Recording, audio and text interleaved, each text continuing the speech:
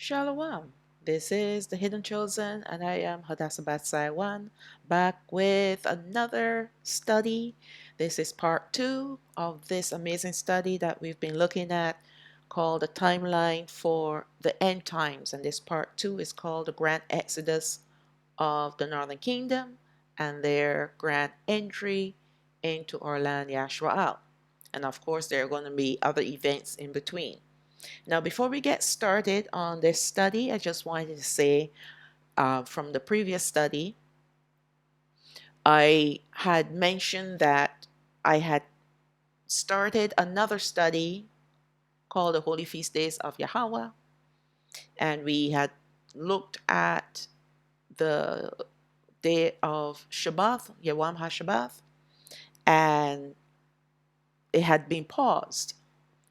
And then I started this study. Now, when the Most High does things, He doesn't always necessarily tell us what He's up to until we follow Him in obedience. Then He will let His plans be known. And I couldn't figure out how all of this is going to be connected together until He really he revealed it to me, how they all are going to be connected together at the ending of these studies. So I will complete this one, the timeline. It only has one more installment for this part, for this study, part 3. And then I will go back to the Holy Feast Days of Yahawah and complete those studies. And then put it all together in one neat little beautiful package, because it's all going to be connected to the calendar, which I have completed. I completed it a couple days ago. Yes, I had to.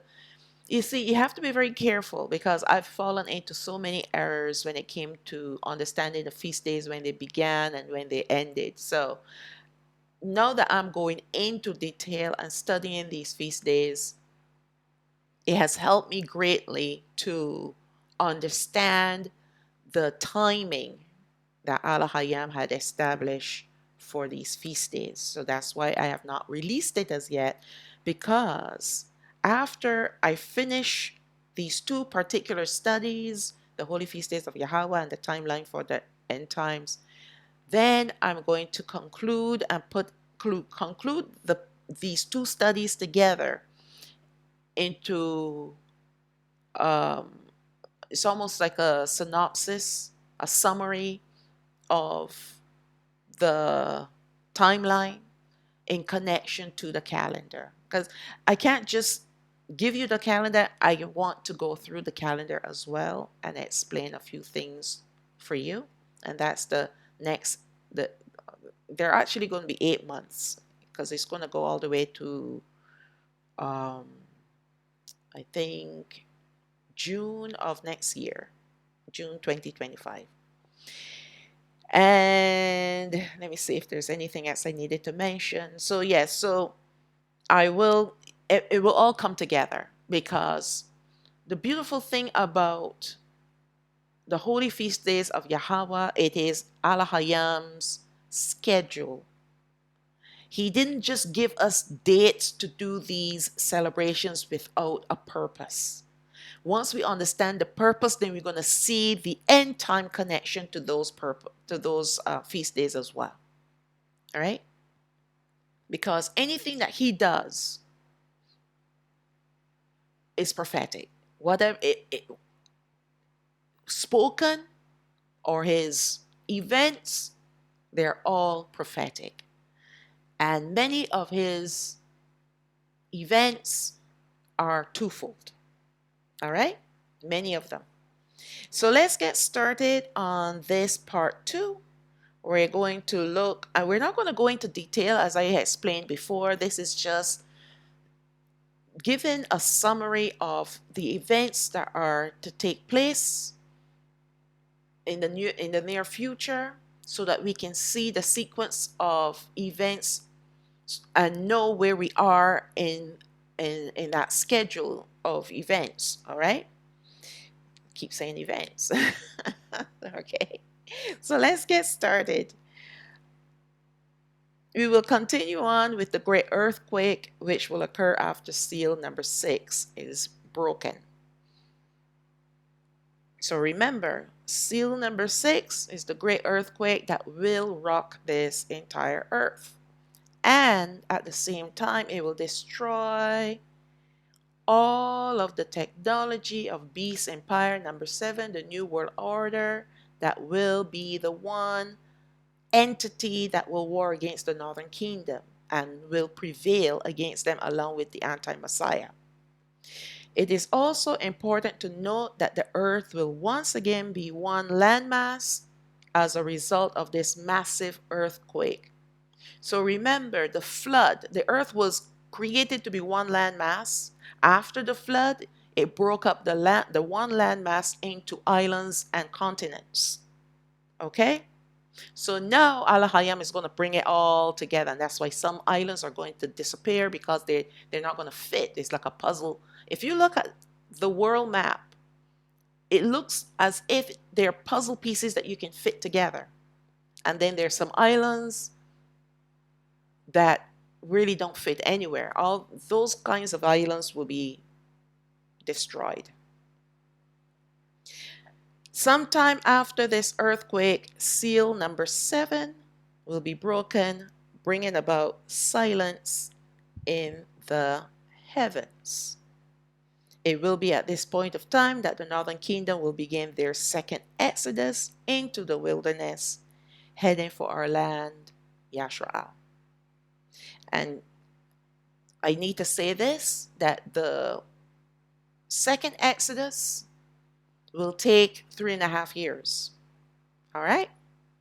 It's not a short distance because they're coming from West Africa and from the lower bottom part of Africa, and they're going to join up together at the eastern part of Africa, because if you look at I did put in my community post, I did put a map of 10.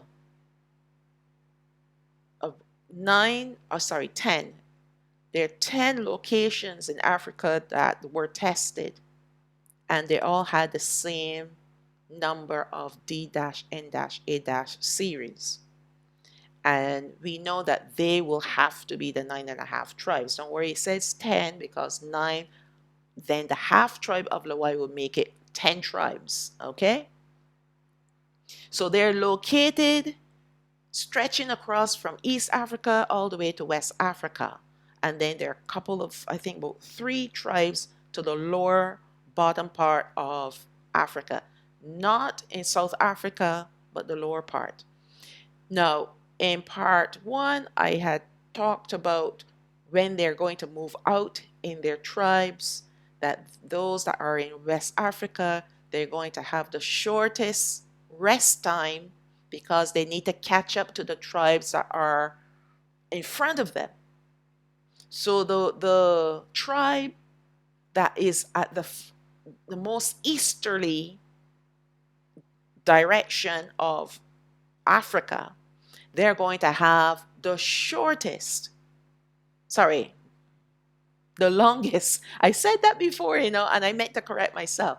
They're going to have the longest rest period because the other tribes need to catch up to them. So those that are farthest away will have the shortest rest time. Those that are closest, to the mark, basically, will have the longest rest period because the other tribes need to catch up to them, because once they start their trek now together to enter into our land, they'll be coming together. All right, so all this time they're traveling and they're meeting one tribe after another, and then they're moving out in 9.5 tribes together to enter into our land. So they will catch up with each other. That's the whole point. And the way how Alahayam is going to set it up is going to be so beautiful. right? They're gonna know who they are. He's going to reveal to them their tribes, okay? So they'll be marching in their clans and in their tribes. Clans meaning their family members. Family members together creates a clan. And then the tribes, right? The clans are the families within the tribe. So they're going to catch up with one tribe after another until they're 9.5 tribes traveling together to the land of Yasharaal. All right, so I hope I made that clear. The ones that are closest to the mark, they have the longest rest period so that the others can catch up to them. And those are the ones on the easterly side of Africa. All the other ones, the ones at the lower bottom, the ones on the western side of Africa, they will have the shortest period of time to rest because they need to catch up to the tribes in front of them. At this point, at this same time, when they start their exodus, the second exodus, the two witnesses will show up in our land, the land Yasharaal. They call it Israel today, but we call it Yasharaal because Israel is not the name of our land or even the name of our forefather. That's the name that it was changed to. And notice that it ends with L. Anything that ends with L is pagan. Okay? So the two witnesses, they will appear in our land. And through these two men, who are also prophets, they will prophesy the judgments of Alahayam Yahawah as he will instruct them to do. So here's the beauty of the trumpet judgments. They're going to be uttered by these two prophets in the land of Yasharaal. When they utter the judgments, the trumpets will sound accordingly. And when the trumpets sound, then what is going to happen will be the prophecies that they have prophesied. Okay? So these two men, these two witnesses, and they're not the 144,000, they're not the two kingdoms of Yasharaal. There's so many people out there teaching a lot of false doctrines. How can two men be a large group of people? They want to say that it is symbolic of the two kingdoms, the southern kingdom and the northern kingdom. When have the southern kingdom and the northern kingdom come together? Hasn't happened yet. You see, when you follow other false teachers and their false doctrines, then all you're going to spew is more lies and deception, because that's what it is. They're all lies. Call it what it is. Two witnesses are two men, two people. It's not symbolic of anything except these two people. All right? Alahayam is cleaning up the land, cleaning up his people. So why would he bring us that we're not even fixed yet, we're not even ready yet, into a land to prophesy? I mean, it really does not make any sense. If people really sat down and think about it and read the scriptures for themselves and allow Ruach HaKodesh to teach them, then all these doctrines that are out there will not make any sense. The two kingdoms will become one kingdom in the hand of Hamashiach. It hasn't happened yet. Show me when it had happened. Hasn't happened yet.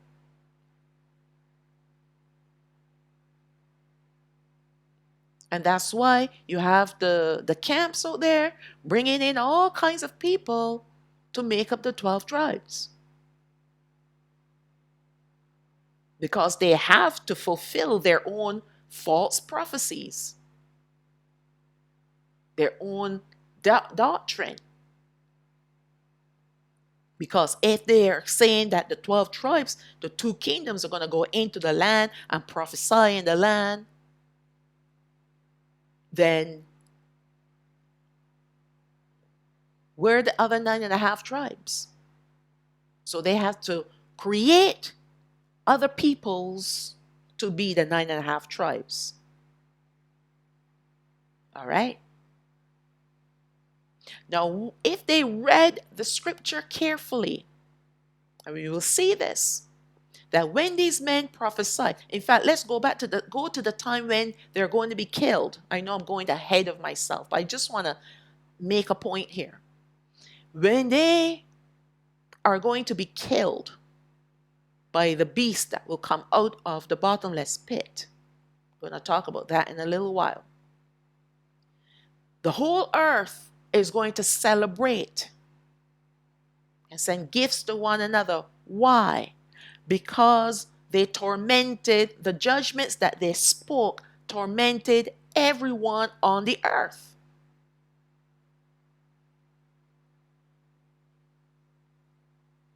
Okay? It tormented everyone on the earth. So therefore, these two men cannot be two nations, two kingdoms, a whole bunch of people packed together in a land prophesying. How is that even remotely possible?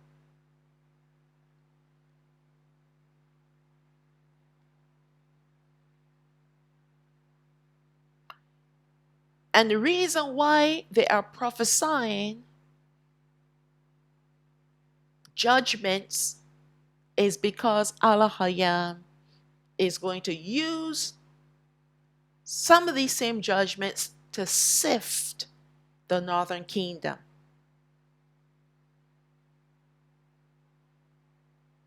All of us need to be sifted. All of us, we need to be shaken.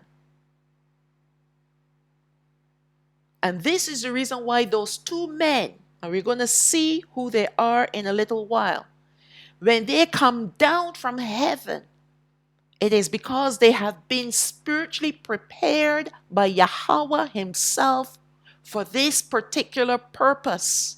They were the only two men that were taken up alive into heaven.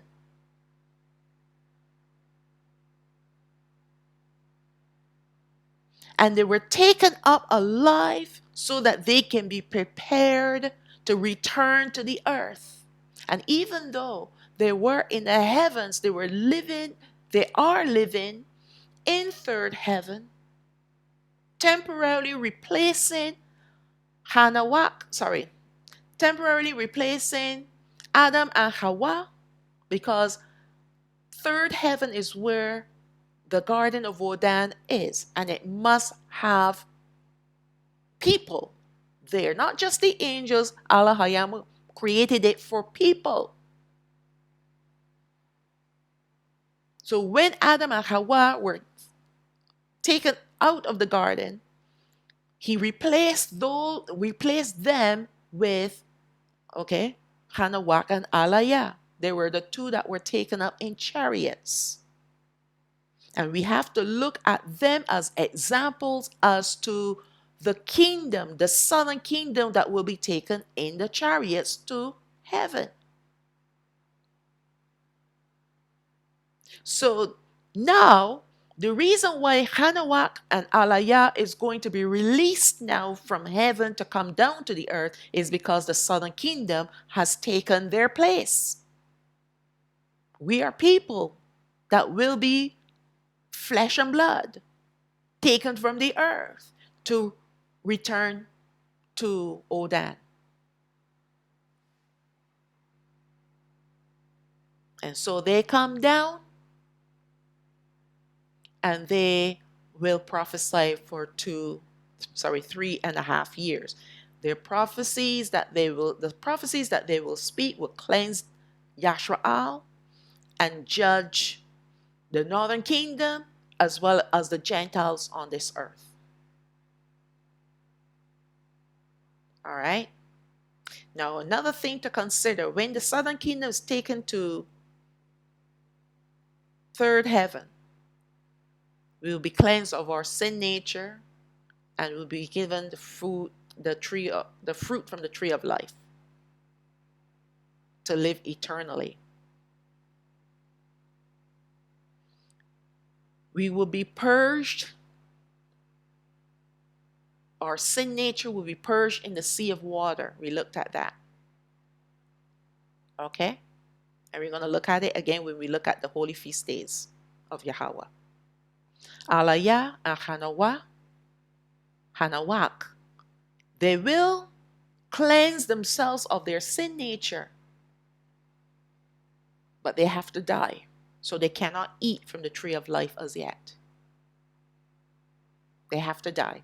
If they ate from the tree of life, that means that death will have no effect on them, but they need to be martyred.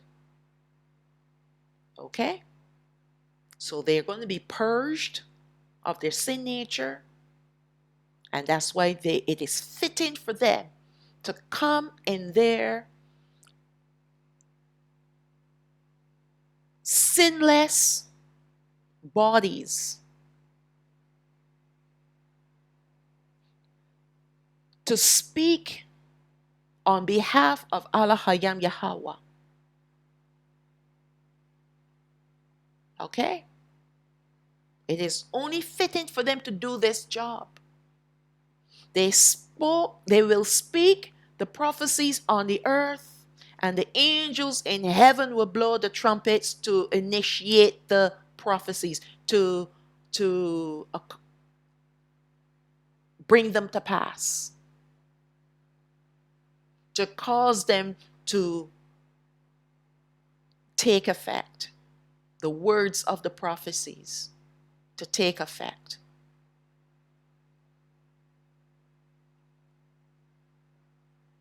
So this is how heaven and earth are connected together with these judgments.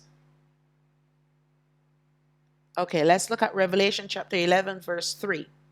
And I will give power unto my 2 witnesses, and they shall prophesy 1,260 days. That's 1,260 days, which will equal to 3.5 years. So after the great earthquake, remember, the war between the Northern Kingdom and the NWO is going to last 3.5 years. Then the earthquake is going to cause that to stop abruptly. And soon after that, the Northern Kingdom will begin their exodus, their second exodus. At the same time, these 2 witnesses will appear in the land of Yasharaal and begin to prophesy for 3.5 years, clothed in sackcloth. These are the 2 olive trees and the 2 candlesticks standing before Alahayam of the earth. Olive trees because they are anointed with the oil of Yahawah, filled with his Ruach HaKadosh. Oil, anointing oil, is also symbolic of Ruach HaKadosh. But they are anointed for this purpose. And 2 candlesticks. What are candlesticks symbolic of? Light. Light.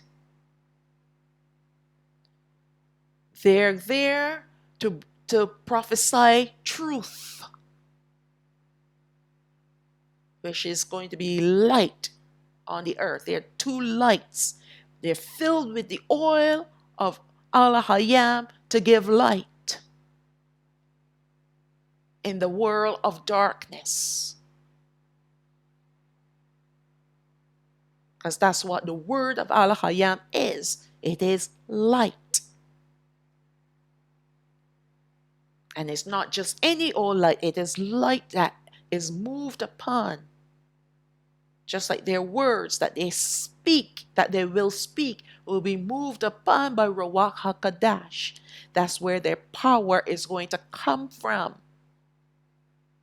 And that's why when they speak, it will come to pass. Because it will trigger the angels in heaven to sound the trumpet, which will cause the effects of their words to come to pass. Verse 5, and if any man will hurt them, fire proceeds out of their mouth. That's the power. And devours their enemies. And if any man will hurt them, he must in this manner be killed. So they will try to hurt them, but they will open their mouth and fire will literally burst out and devour them, burn them right there on the spot. That's power.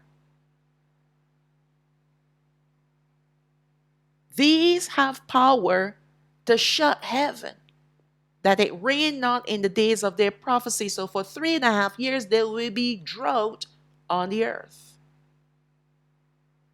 And have power over waters to turn them to blood, and to smite the earth with all plagues as often as they will. Remember when the Most High told him to do this, to say these words, and it came to pass. All 10 plagues came to pass. He's going to do the same thing with these 2 prophets, because they're filled with his Ruach. Now, if you look at the kinds of prophecies that they will prophesy, you will notice that they will correlate with the trumpet judgments. All right? Just go look at them. Turning waters into blood, smiting the earth with plagues. Those are all the trumpet prophecies, trumpet judgments. All right? The angels with the 7 trumpets will sound these trumpets of judgments as these 2 prophets prophesy, triggering the next wave of events on the earth, the tribulation period. The 2 witnesses will be Hanawak and Alahayam. That's Enoch and Elijah. It's not going to be Moses and Elijah. It's going to be Hanawak and Alahayam, because they're both prophets and they were both taken up off the earth in chariots of fire. And they will prophesy judgments for 3.5 years while in the land of Yasharaal. And yet these judgments will affect the entire earth. So they're not in the land to prophesy only in the land and for the land. They're there to prophesy for the land, to cleanse the land, while at the same time judging the rest of the earth. All right? It will be through these 2 men that the land of Yasharaal will be cleansed of all buildings and people, to be made desolate again until the garden of Odan arrives, bringing home the northern kingdom. I will look at that in a bit, and I'll explain more about that in a little while. Now, another phenomenon will occur during these trumpet judgments, and that will be the reduction of time. This will be Alahayam's way of weaning the earth of time as soon there will be no more time, because soon after that there will be no more time. Remember, when you read Revelation chapter 20, 21 and 22, there's no more sun, moon, or stars. Alahayam, Yahawah, and Hamashiach, they're going to be the light on the earth. So therefore there will be no time, because time underneath the dome is determined by the sun, moon, and stars. As they traverse around the earth, that's when time goes by.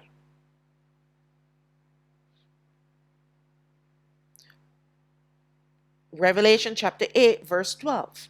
And the 4th angel sounded, and the 3rd part of the sun was smitten, and the 3rd part of the moon, and the 3rd part of the stars, so as the 3rd part of them was darkened, and the day shone not for a 3rd part of it, and the night likewise. So we see by the 4th angel, when he blew the trumpet, time reduced by 1/3. time will be reduced by 1/3. Okay? Time, as we know, is made up of 24 hours, which comprises a day inclusive of nighttime hours. Now, this is the Gregorian time. Our time is made up of 18 hours, 90 minutes and 1 hour, which is longer than the Gregorian time. But for argument's sake, we'll continue on with 24 hours. All right?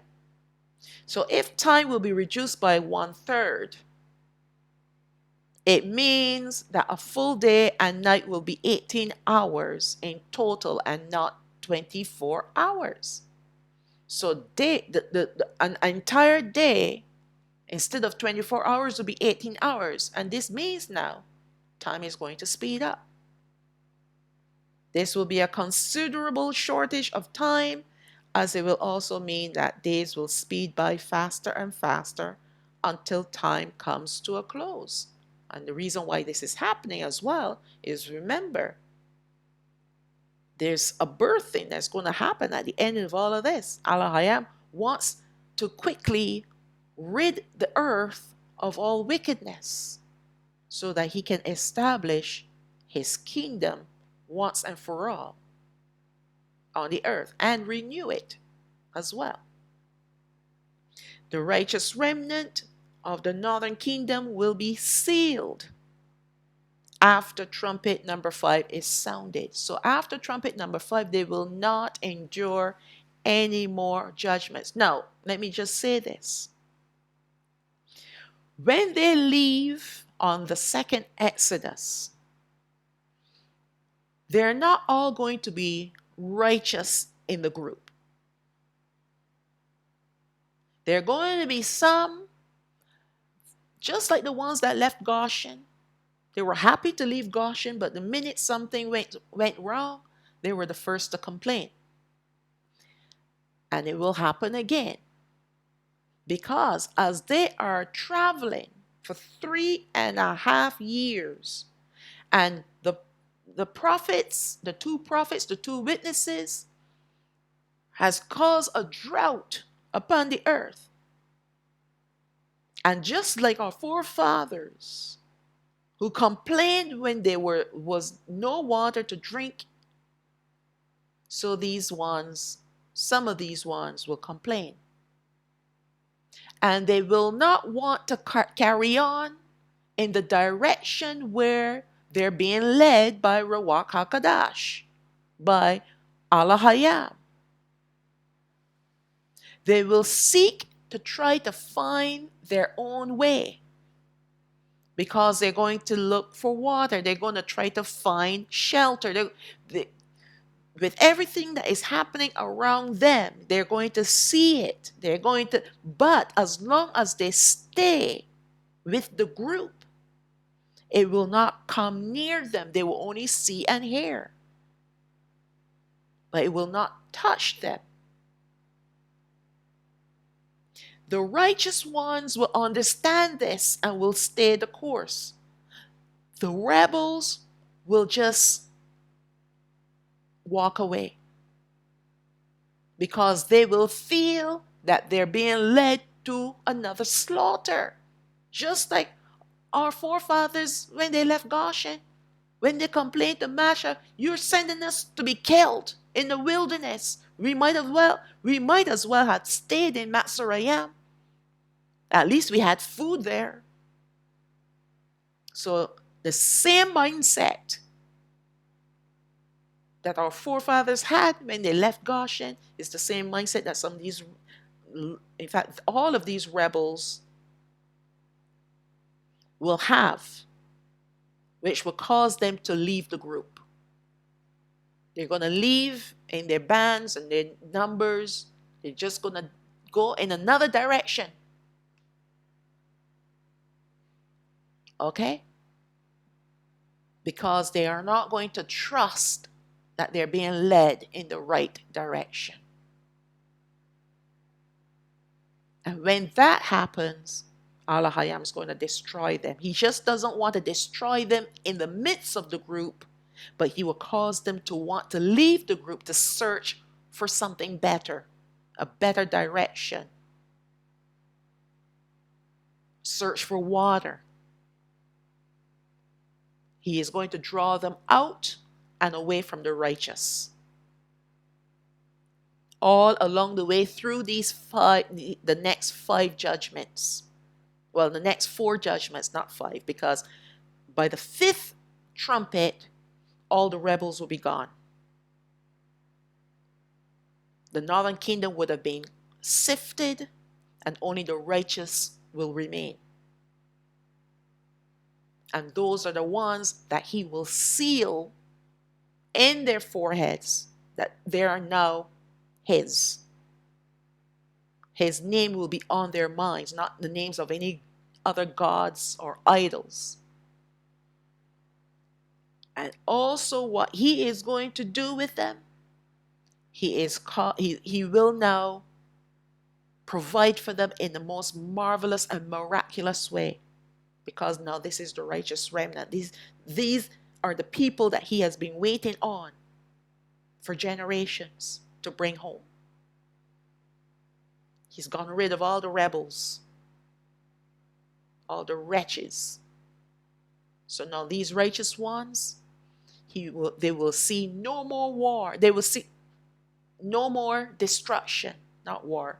They will see no more destruction. They will hear no more destruction. Because before it was happening all around them. And it was to shake them and to sift them, so that those that want to preserve their own lives will run. And the ones that remain will be the ones that had given their lives over to him. If they die, they die. If I perish, I perish. But I'm going to stay the course, because this is the direction that he's leading us. That's faith.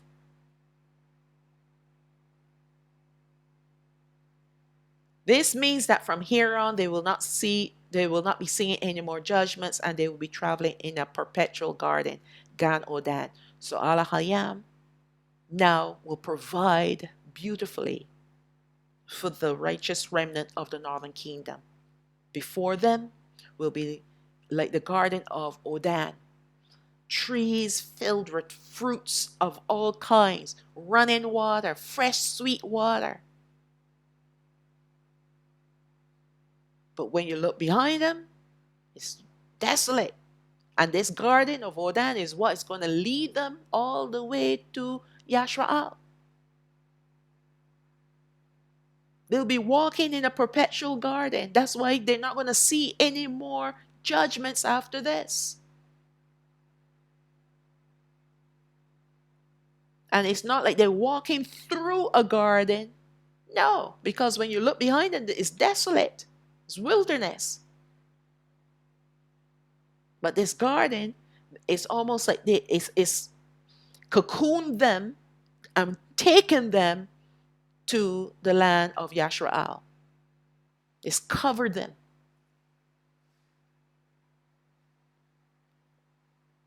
Revelation chapter 9 verse 3. And there came out of the smoke locusts upon the earth, and unto them was given power, as the scorpions of the earth have power.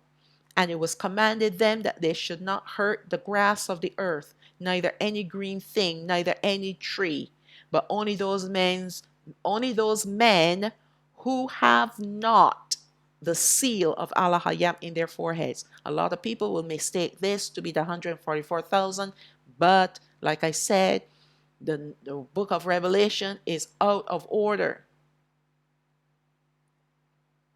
The men who will have the seal of Alahayam will be the northern kingdom, the righteous remnant of the northern kingdom. All other people will not have the seal, including the rebels that left the group. And they'll be destroyed. So only those men who have not the seal of Alahayam in their foreheads. And that will be the righteous remnant of the northern kingdom who will have his seal, and all the other men on the earth will be tormented.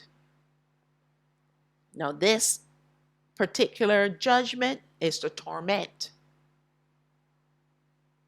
All right? Will be to be tormented. So the men will be stung. The people will be stung, not just men, because there are going to be women there too, right? But people, the persons that don't have the seal of Alahayam Yahawah, they'll be stung by these creatures, right? Which will cause them to feel great pain. So let's look now at Yahawah chapter 2, verse 2. A day of darkness and of gloominess, a day of clouds and of thick darkness, as the morning spread upon the mountains. A great people and a strong. There has not been ever the like, neither shall be any more after it, even to the years of many generations. A fire devours before them, and behind them a flame burns. The land is as the garden of Odan before them, and behind them a desolate wilderness. Yea, and nothing shall escape them. So this fire and this flame will be Alahayam, Ruach HaKodesh, who will go before them to lead them. And when he's leading them, he's going to lead them in this perpetual garden. And not only is he leading them, but he is also protecting them front and back. He's going to be their front guard and their rear guard. Okay? The fifth trumpet will release Azazel from the bottomless pit to restore the beast empire for the last time, to be beast empire number 8. So Azazel currently is locked away in the bottomless pit. He's been locked away there for many, many, many generations. And now he's going to be released for his last go around of evil. And he is a Satan, by the way. There are 5 Satans. But Azazel is locked away, so there are only 4 currently doing their evil on the earth. It will be significantly weaker than beast number 7. So the beast empire number 8 is going to be so weak. A lot weaker than beast empire number 7. Beast empire number 7 was strong because it had technology. They had great technology, but that technology is gone forever. So what this beast empire number 8 will have to do, it will have to make an alliance with the harlot. Let's read on. It will be significantly weaker than beast number 7, yet it will still maintain some strength to do their evil as Alahayam will command them. So remember, Alahayam is directing them to do this evil, to do their evil, allowing them to do their evil with limitations. Okay? This beast will have an alliance with the mother of harlots called Babylon, which will be a very wealthy religious and industrial system. Not only will it be a religious system, but it will also control all the trades and commerce on the earth. It will become a city, a port city, once the earth becomes one landmass again. It will derive some of its control on the earth through this entity. This is beast empire number 8. Will derive some of its control on the earth through this entity called Babylon. But it will hate it as well, because these Satans, they don't like to share the glory. And besides, Alahayam will put it in the hearts of the beast to hate the harlot. In due course, Alahayam will cause this beast empire to turn on the harlot Babylon to destroy it.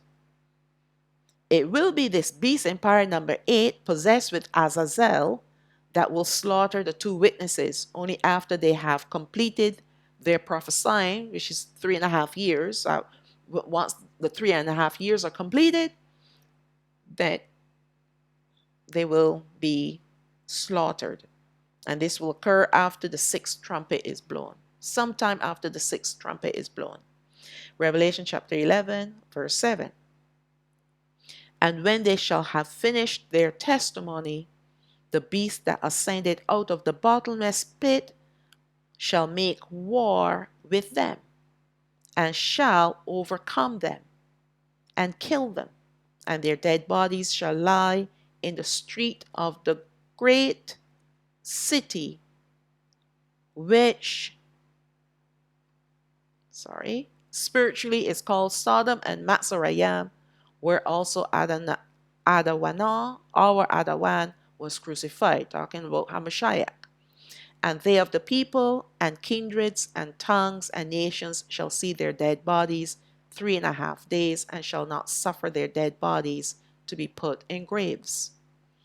They that dwell upon the earth shall rejoice over them, and make merry, and shall send gifts one to another, because these two prophets tormented them that dwelled on the earth. So you see, what I was saying earlier is that when the two witnesses prophesy in the land of Yasharaal, it is not there, they're not there to affect only Yasharaal, but the entire earth.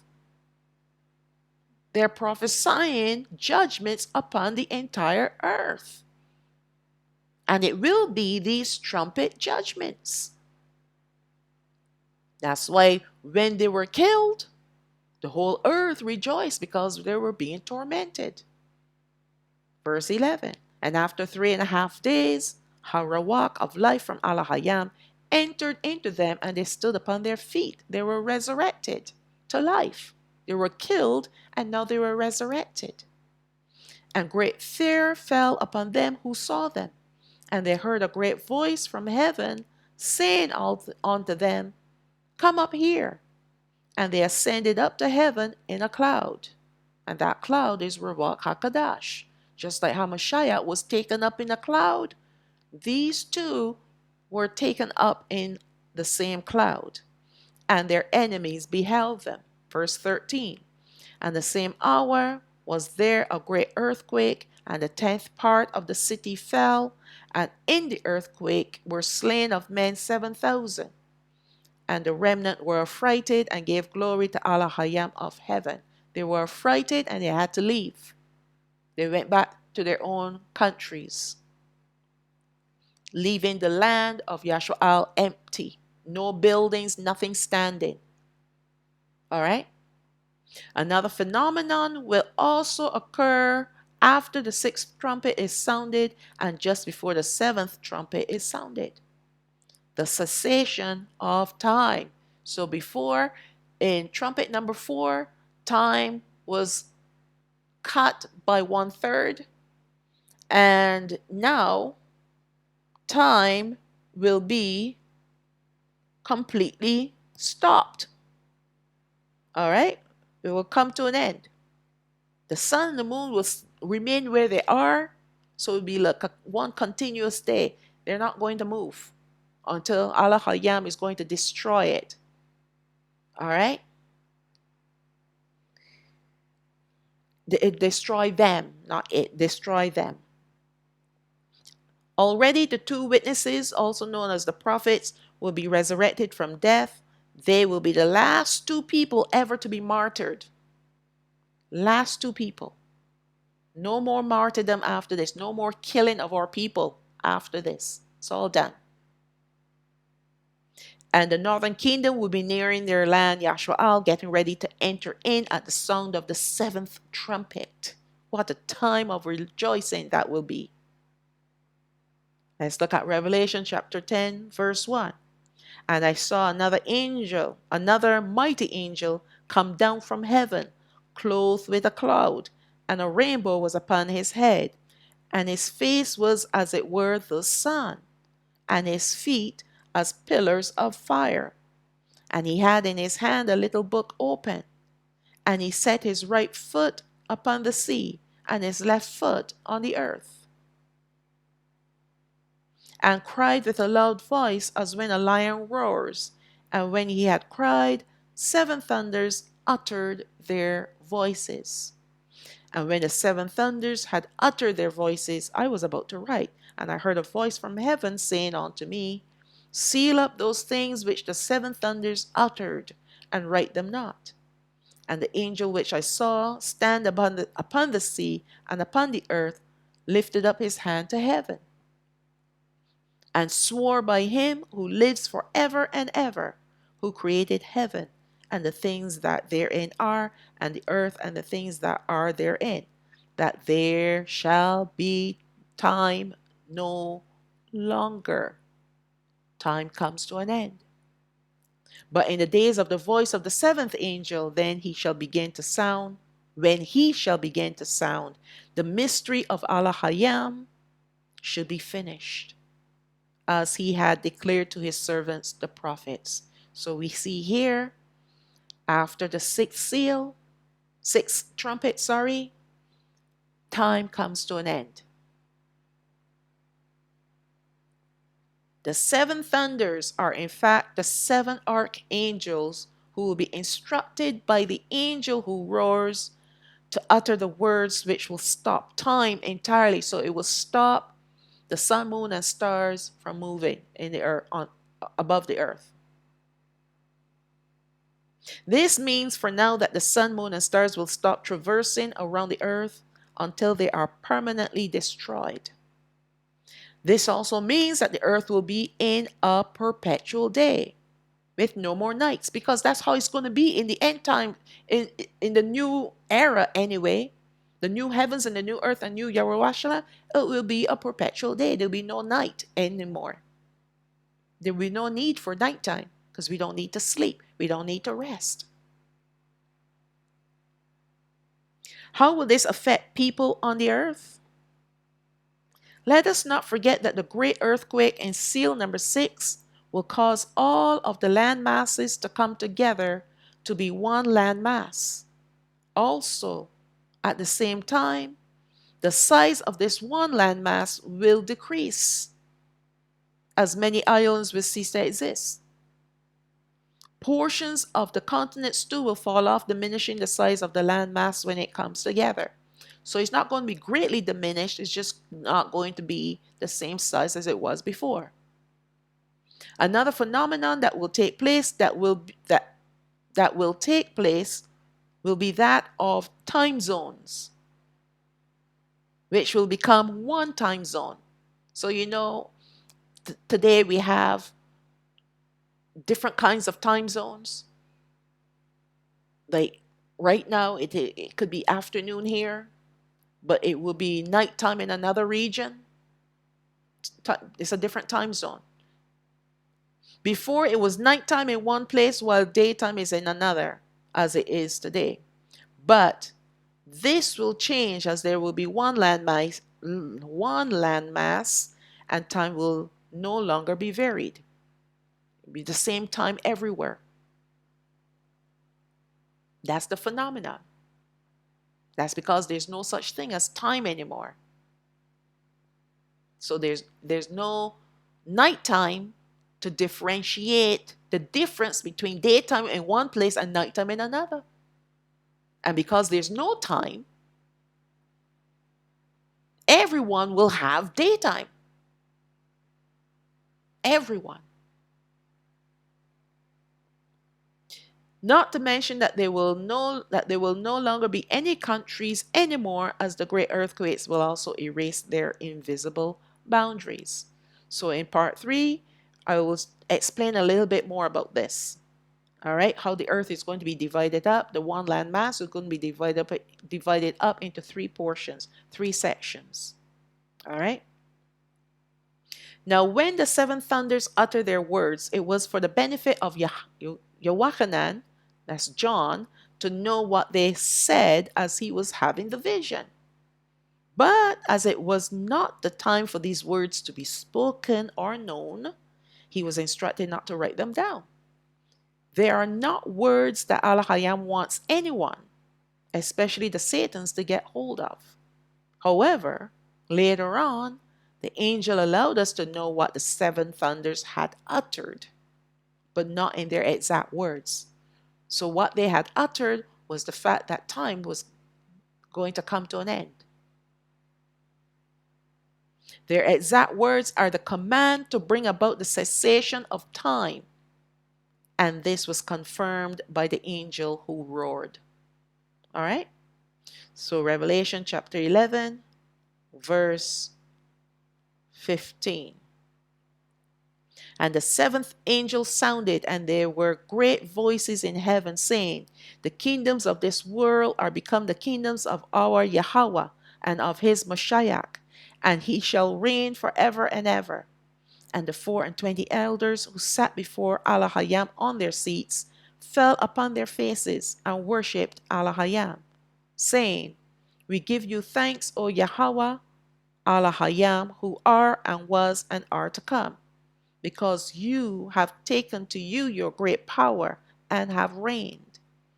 And the nations were angry, and your wrath is come, and the time of the dead that they should be judged, and that you should give reward unto your servants the prophets, and to the saints, and them that fear your name, small and great, and shall destroy them who destroyed the earth. So this now is preparing the earth for the next and final set of judgments, which will be the vials, which his people will be protected from. And also at the same time, they will be getting ready for the saints and the prophets that had passed on, that are waiting for their rewards to come forth. All right? Verse 19. And the temple of Alahayam was opened in heaven, and there was seen in his temple the ark of his testament. And there were lightnings and voices and thunderings and an earthquake and great hail. And you notice at the ending of each of these set of judgments, there's always lightnings and thunderings and voices and earthquake, but this time great hail. Now this will be the celebratory entry into the land for the northern kingdom. All right, so this will be a time of celebration for the northern kingdom to enter into their land, our land, Yasharaal, as heaven and earth will both rejoice. Finally, and for the last time, we will reclaim our land and live in it in peace and safety, never to be afraid of enemies ever again, and of them removing us out of our land ever again. Okay? Never again. Once we get back into our land, nobody's going to get us out again. So now this is the second Exodus and the two witnesses. This is the summary. As the northern kingdom begins their second exodus into the wilderness, the two witnesses, or the prophets, will appear in the land Yasharaal. The two witnesses will prophesy the actual trumpet judgments, Numbers 1 to 6, and the angels will sound the trumpets to trigger the prophesied events on the earth. The fourth trumpet judgment reduces time by a third. So instead of 24 hours, it will now be 18 hours in a day. By the fifth trumpet, the northern kingdom will be sealed, never to experience any more judgments after that. And it will be at this point of time that all the righteous remnant will be walking in a perpetual garden of Odan. By the fifth trumpet, Azazel rises from the bottomless pit to possess the NWO beast empire number 8. By the sixth trumpet, the two witnesses are martyred by Azazel. There will be resurrected to life, and returned to heaven. I forgot to include here, sorry, I didn't forget it, it's right here. Before the seventh trumpet sounds, time will cease and be no more forever. There'll be no more time.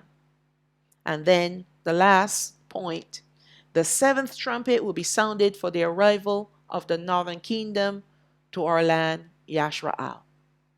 And that will be indeed a marvelous and wonderful time for heaven and earth, because we have returned home. Hallelujah.